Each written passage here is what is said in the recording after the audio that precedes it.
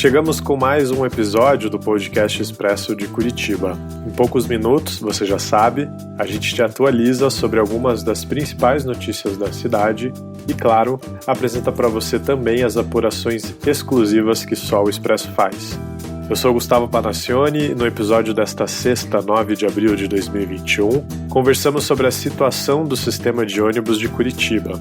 Com a diminuição do número de passageiros, principalmente por causa da pandemia, várias linhas deixaram de circular. Também tem uma curadoria especial de dicas culturais e informações rápidas sobre a Covid-19 por aqui. Fica o convite de sempre, deixa seu e-mail lá no expresso.curitiba.br para receber nossas edições todas as terças-feiras.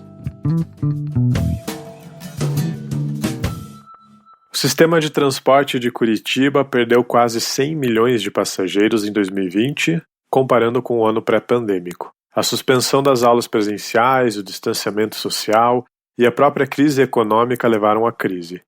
No geral, os ônibus estão transportando cerca da metade dos passageiros que levavam antes, uma queda de aproximadamente 53%. E quais são os efeitos disso para a cidade? A nossa analista de dados aqui do Expresso, Caroline Etílio, fez uma varredura nos dados abertos do transporte coletivo. Além disso, conseguimos um relatório da Urbis que mostra o detalhamento de passageiros por linha antes e depois da pandemia. Vamos aos destaques. A queda média de passageiros pelas linhas da cidade foi de 57%.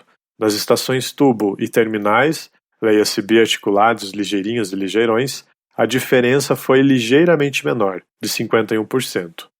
Algumas das linhas que mais sentiram a variação foram as das universidades. O alimentador da Universidade Positivo, por exemplo, viu a demanda cair de 1.800 pessoas para 75, uma queda de 96%.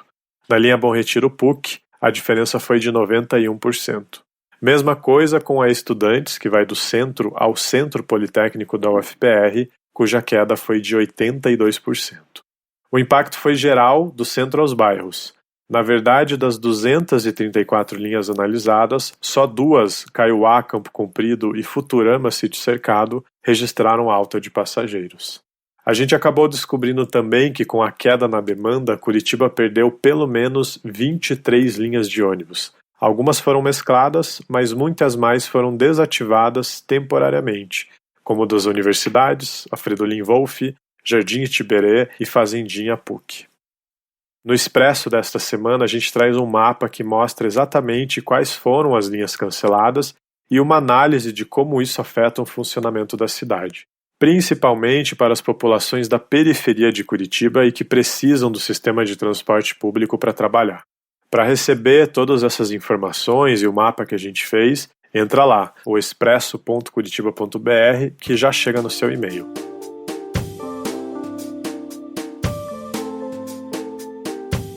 Abril começou e, como sempre, é tempo de falar das dicas culturais do nosso parceiro Curitiba de Graça, selecionadas pela Camille Trisca.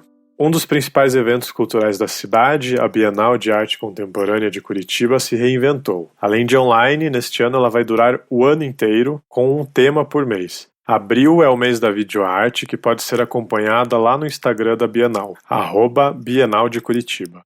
Um longa-metragem de animação produzido em Curitiba estreou nesta semana no Amazon Prime. O filme O Bem-Aventurado, do diretor Túlio Viaro, é encenado por bonecos e inspirado num conto russo. Essa é para curitibano raiz. O icônico palhaço Zequinha, que dava nome a uma bala produzida por essas bandas e que marcou gerações, está de volta. O ilustrador Nilson Miller contou tudo numa entrevista para o Curitiba de Graça. Todos os links das dicas que eu mencionei aqui você pode acessar na edição desta semana do Expresso.